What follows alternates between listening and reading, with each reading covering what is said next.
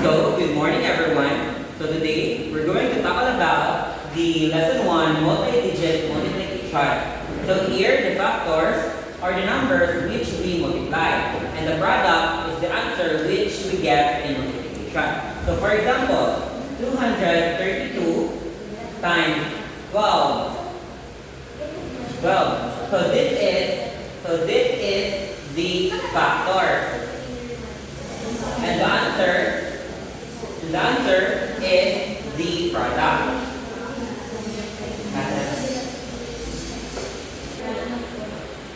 In multiplying 3-digit by 2-digit number, we follow these steps.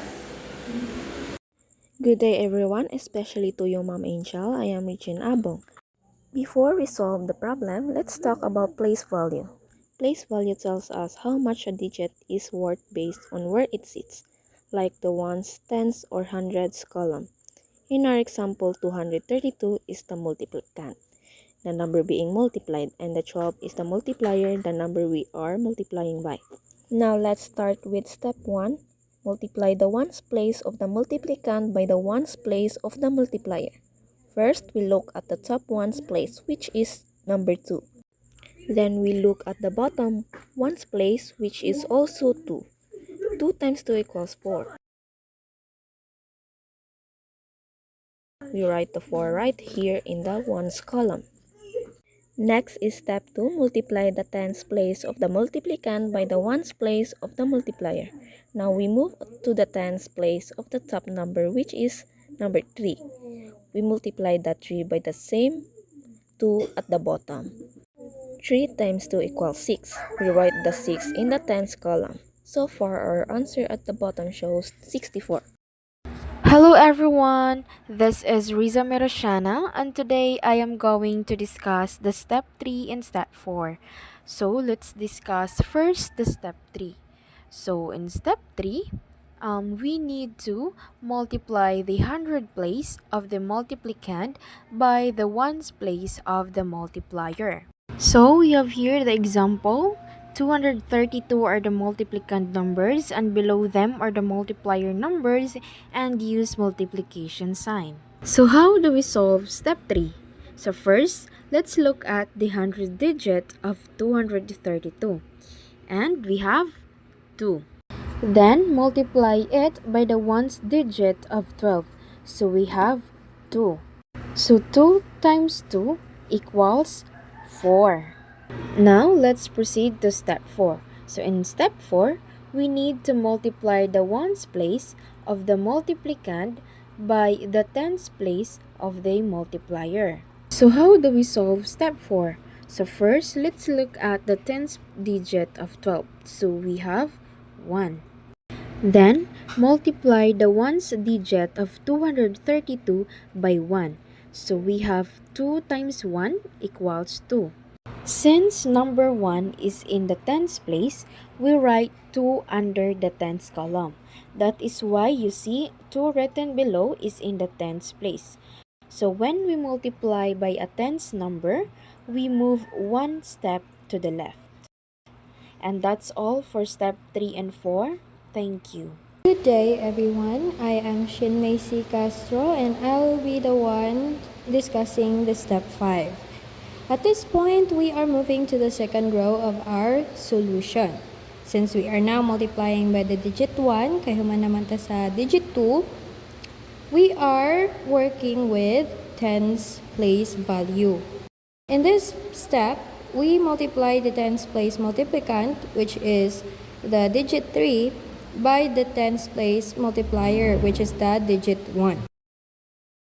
And always remember that when we are going to multiply numbers that are in the tens place, these numbers actually have an invisible 0 beside them.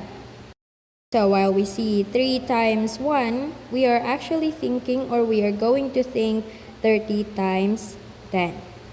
Okay? So why do we do this? For us to know exactly where to put the product. Since 30 times 10 equals 300, this tells us that our answer 3 must be placed in the hundreds column. As you can see, the 3 sits right before the digit 2. which we solved in the previous step. That concludes step 5. So now, this is the last step. Step 7. Add the partial products. So, after multiplying, i-add natin siya.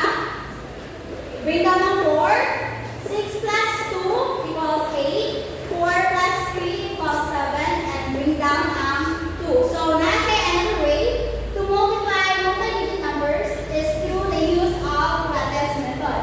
There are 3 steps to follow and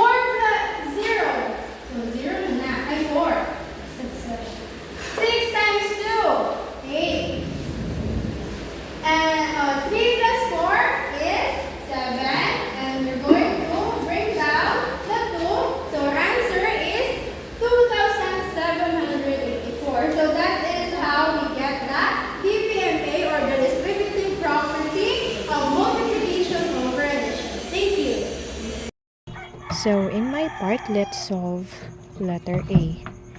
Multiplying using the distributive property of multiplication over addition. So now let's go on to number 1. So we have here 113 times 24. So instead of multiplying 113 by 24 all at once, let's break 24 into 20 and 4. First, 113 times 20 give us 2,260. Then, 113 times 4 give us 452. When we add those together, we get our total of 2,712. So that is the easiest to solve this problem. So number 2, we have here 245 times 36. So think of this as a 2 smaller problem. We multiply 245 by 30 to get 7,350, and then multiply 245 by 6 to get 1,470. By distributing the 245 across both parts, we need that the final sum is 8,820. So the answer in number 2 is 8,820. So we're gonna put that in the blank. And then let's go on to number 3. The last number in my part. So we have here 561 times 42. So finally, for 561 times 42, we use 40 and 2 to 561 times 40 is 22,440, and 561 times 2 is a sample of 1,122. Adding these two partial products result in 23,562. It's much faster than the traditional long multiplication method. So, thank you. Okay, so right now we're going to solve the number 4 multiplying using the distributive property of multiplication over addition. So first, let's follow the steps. So first, we have 896 times 57. Okay, so para makuha na 57 siya, we're going to add 50 plus 7. So 50 plus 7 equals 57. Very good. Okay, so 800. First, we're going to multiply with 50. 896 times 50, close parenthesis, plus 896 times 7. So now let's proceed to test B. And so use the latest method and multiplying the here all the numbers. So let's answer the number 1 is all. So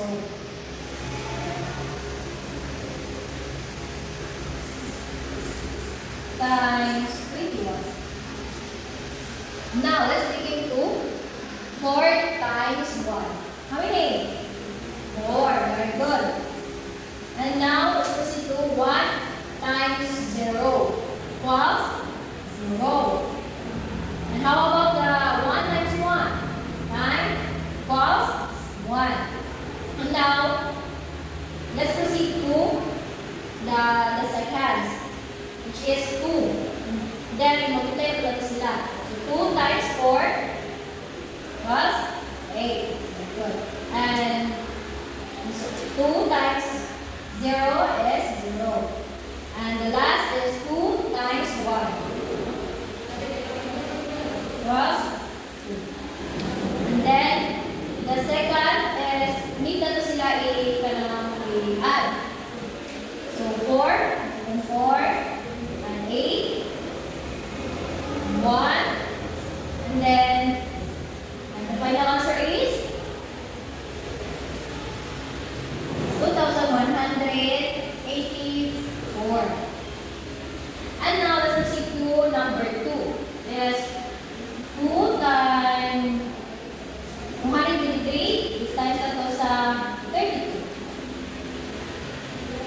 Na, so, pares sa kung kayo nasa number 1 ako. So, 3 times 2 was 6. And then 2 times 2 is 4. Very good. And the last is 2 times 2 is, yes, 4. And the rin class, sa kaluha, so 3 times 3 is 9. Very good. And 3 times 2 is 6. And how about the 3 times 2? Same, 6. Now, let's add 6 and then 9 plus minus a 4 so 13. 1 plus baba, bring down 3. And now let's add the 6 plus 4 and then now siya, so 6 plus 4 is 10. And then now siya 1 sa baba, so ito siya add, so 11. 6 plus 1 is 7. And the final answer is 7,136. Let's proceed to number 3. So let's multiply 7 times 4 equals 28. 2.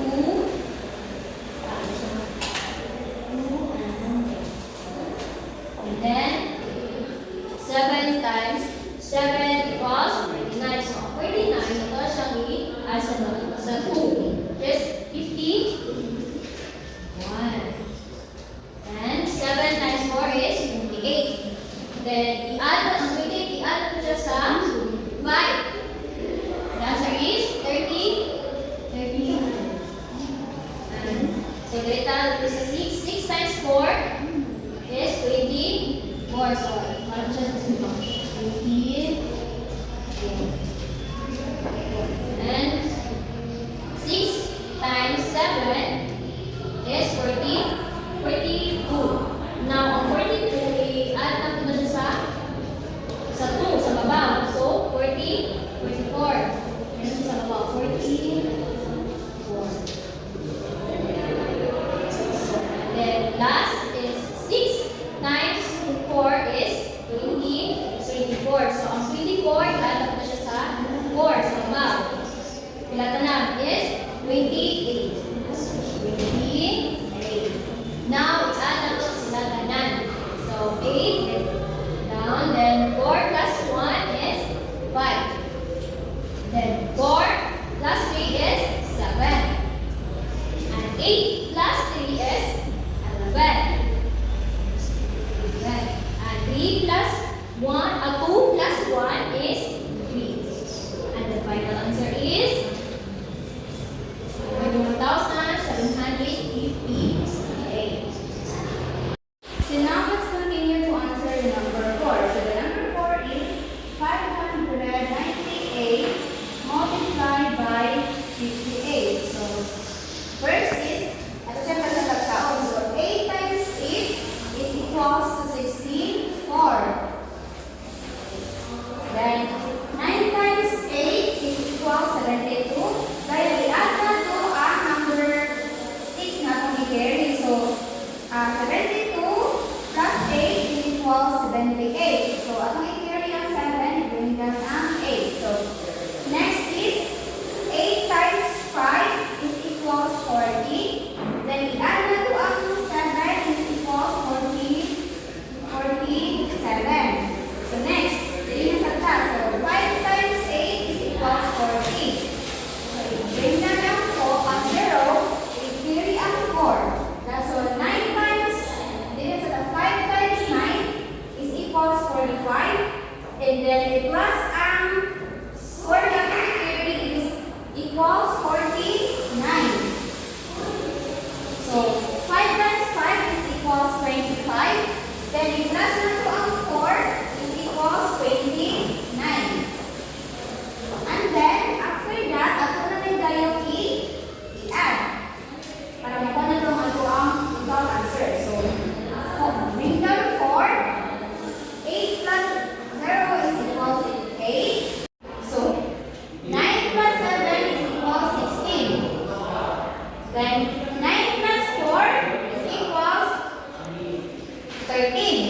Then i-plus na to ang 1 na i-carry.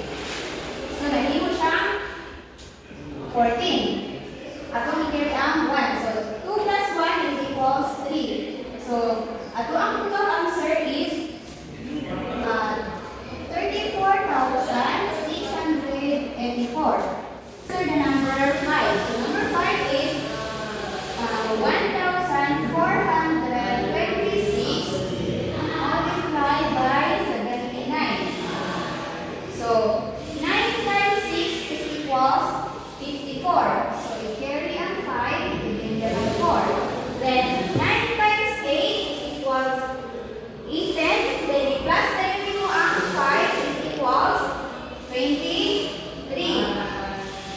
Then 9 times 4 is equals to 36. Kasi i-plus mo ang 2 matong i-carry. So, nahimo siyang 38. 9 times 1 is equals 9 plus 3 is equals 12. So, dali na sabta. 7 times 6 is equals 42. 42. Gayon, 7 times 2 is equals 14. Tapos i-add na to ang 4 is equals 18. I-carry ang 1, i-bring to ng 8. So, 7 times 4 is equals 28. Plus 1 is equals 29. 7 plus 7 times 1 is equals 7. I-plus ang 2 is equals 9. So, ato na ba yung i-add? I-bring down ang 4. 3 plus 2 is equals 5. 8 plus 8 is equals 16. I-bring down na to ang 6. I-carry ang 1. So, 9 plus 2 is equals 11. Plus 1 is equals 12. So, 9 plus 1 equals 10. Plus 1 is 11. So, the total answer is 112,654. So, that's all. So now, let's proceed to test C. So, write the factors in column, use long method, and multiply them. So now, let's answer number 1. So 132 times 13. So 3 times 2 equals 6. 3 times 3 equals 9. So 3 times 1 equals 3. So dili na punta sa ikaduha. So 1 times 2 equals 2. 1 times 3 equals 3. And 1 times 1 equals 1. So, ito siyang i-add. So, 6 bring down. 9 plus 2 is equals 11. 3 plus 3 equals 6 plus 1, 7. And bring down na ito ang 1. So, ito siyang i-by column.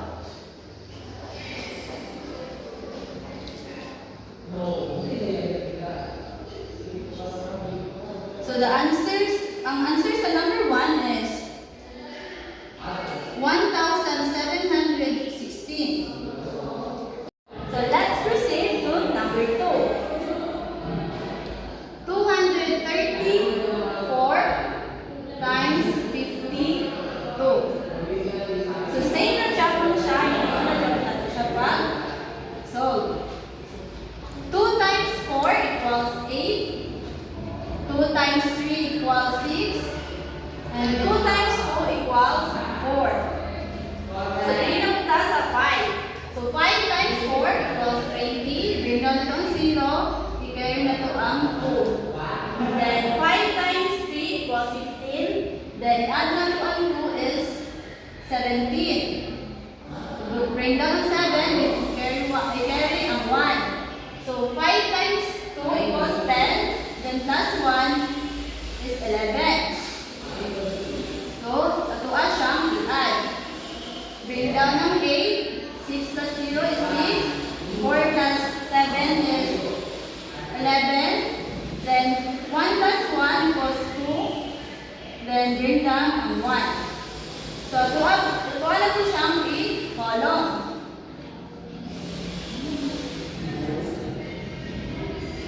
So the answer of number 2 is 12,168. Okay, now let's proceed to the example number 3, which is 689 times 67. So 689 times 67. So let's put some column.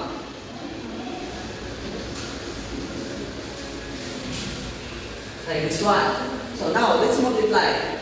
7 times 9 equals 63. So let's put here some 6 and bring down the 3. So 7 times 8 equals 56 and plus 6 equals 62. So 6 and 2. And let's cross out the 6 here. And 6 times 7. 6 times 7 equals to 42 plus 6 is equal to 48. So 4, 8. Next, 6 times 9. 6 times 9 equals to 54. So 5 and 4.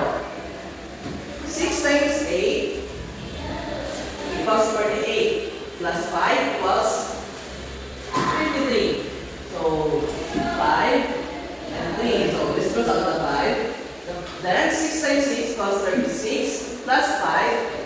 36 plus 5, 36, 37, 39, 40, 41. So 41. Now, let's add everything. Bring down 3.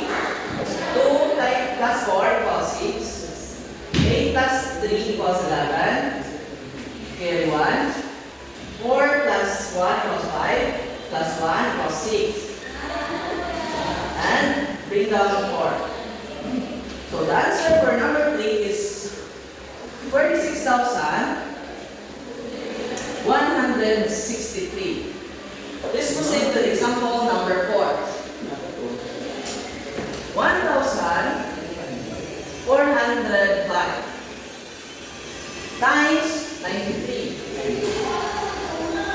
The same to the other example, so we'll be putting some columns for us, so para di tayo ma-confuse in solving or multiplying. So 3 times 5 equals 15. Carry 1. 3 times 0 is always 0. But after 1, so 1. 3 times 4, 4, 8, 12. So 12. So let's put it 2 and carry 1.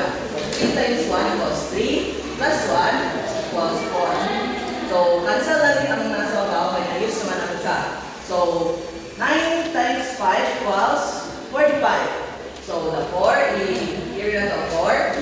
Okay, bring down na to ang 5. So 9 times 0 is always 0. Then number 4, so therefore 4 the answer. Next, 4 times 9. So 4 times 9 equals 36. Now what man try bring at 1, 3 carry, so 36 na that. So 6, tapos ang 3 at carry there is above, and 3. So 1 times 9 equals 9, plus 3 equals 12. So put na to another 3. So 2 and 1, so 1, 2, so 12. So here, let's add addition. So bring down ang 5. So 5 plus 1 equals 6.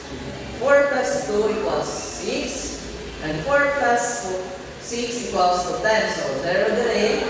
Here you 1 to the next 2. So 2 plus 1 equals 3. And bring down 1. So ang answer for example number 4 is 130,665.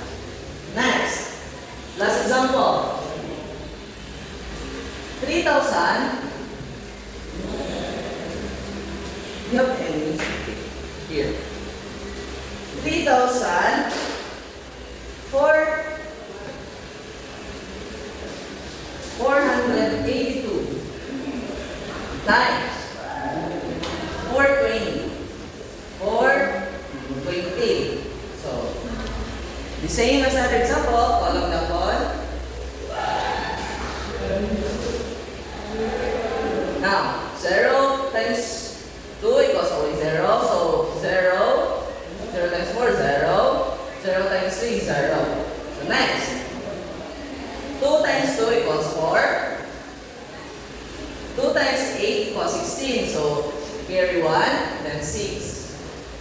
times 4 equals 8, plus 1 equals 9. So we cancel out ang 1 sa above. Then 2 times 3 equals 6. Now, 4 times 2 equals 8. And 8, 4 times 8 equals 32. So, carry na po natin dyan 3 and 2. Bigla ng 2. So, 4 times 4 equals 4, 8 equals 16 plus the 3 na nasa baba, mag-carry na to 16. So, therefore, it is 19. So, carry 1, then 9. Then 4 times 3 equals 12 plus 1 equals 13. So, walang 13. So, addition. Bring down. Then bring 4 plus 0 plus 4. 6 plus 8. So, 7. So, 15. 15. Now, 14. 14. So, carry 1. So, 9 plus 2 equals 11. Plus 1 is above equals 11. So, cancel natin siya. Carry natin yung isa.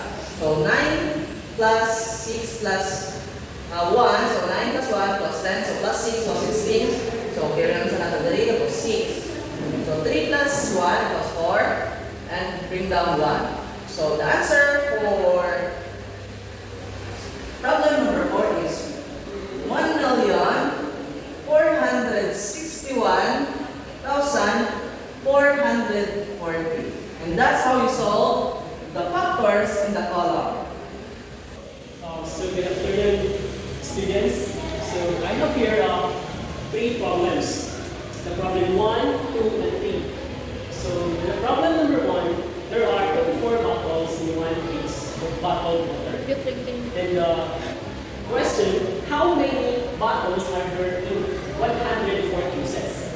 So, ang ating siyang matubag, I will give you a solution. First is, we need to find the total number of bottles. And then, multiply the number of bottles per case by the total number of cases. So, for example, okay, solve din siya na ito. So, kita ito ang pinakauna total number of bottles. So, saan siya pagpangita?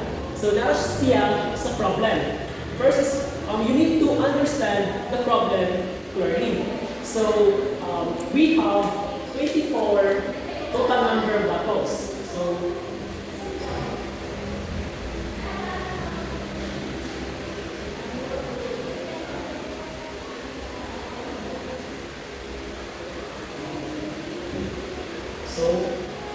pila ganyan itong total number of bottles? Very good. So we have 24.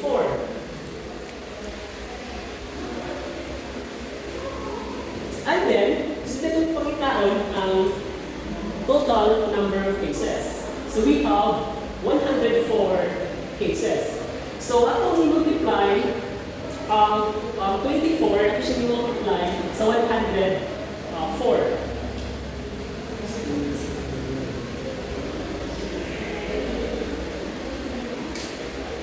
Okay, do you have any idea what's the answer? Okay, very good. So the answer is 2,496.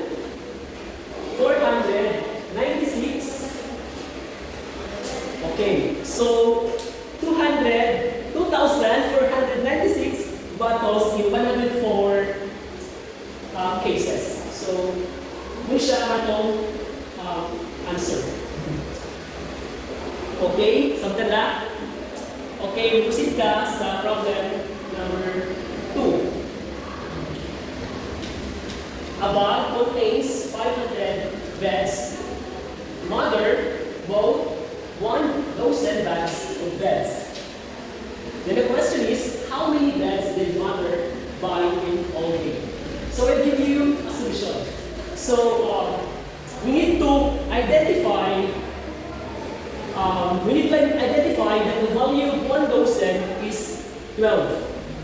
Okay? Klaro? So ang value sa 1 dozen is 12. So for example, naka 2 dozens. So naka 24 at ang value is 24. Okay? So ato pagtaon, nila is ang number of, the total number of bags. So, nasa problem is 1 dozen. So, which means 12 bags. So, number of series. Okay, number of bags.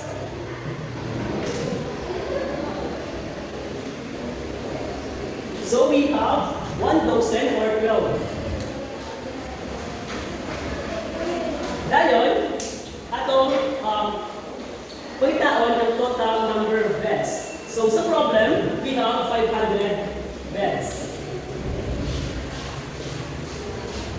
So ato siya i-multiply. So 12, multiply na ito siya, 12 times 500. So what's the answer? Okay, very good, 6,000. Okay, so that's all, the problem 1 and problem 2. So, kapag nabili niya problem 3, so I want you to answer the problem 3. So, okay, do your task. 1, 2, 3, go.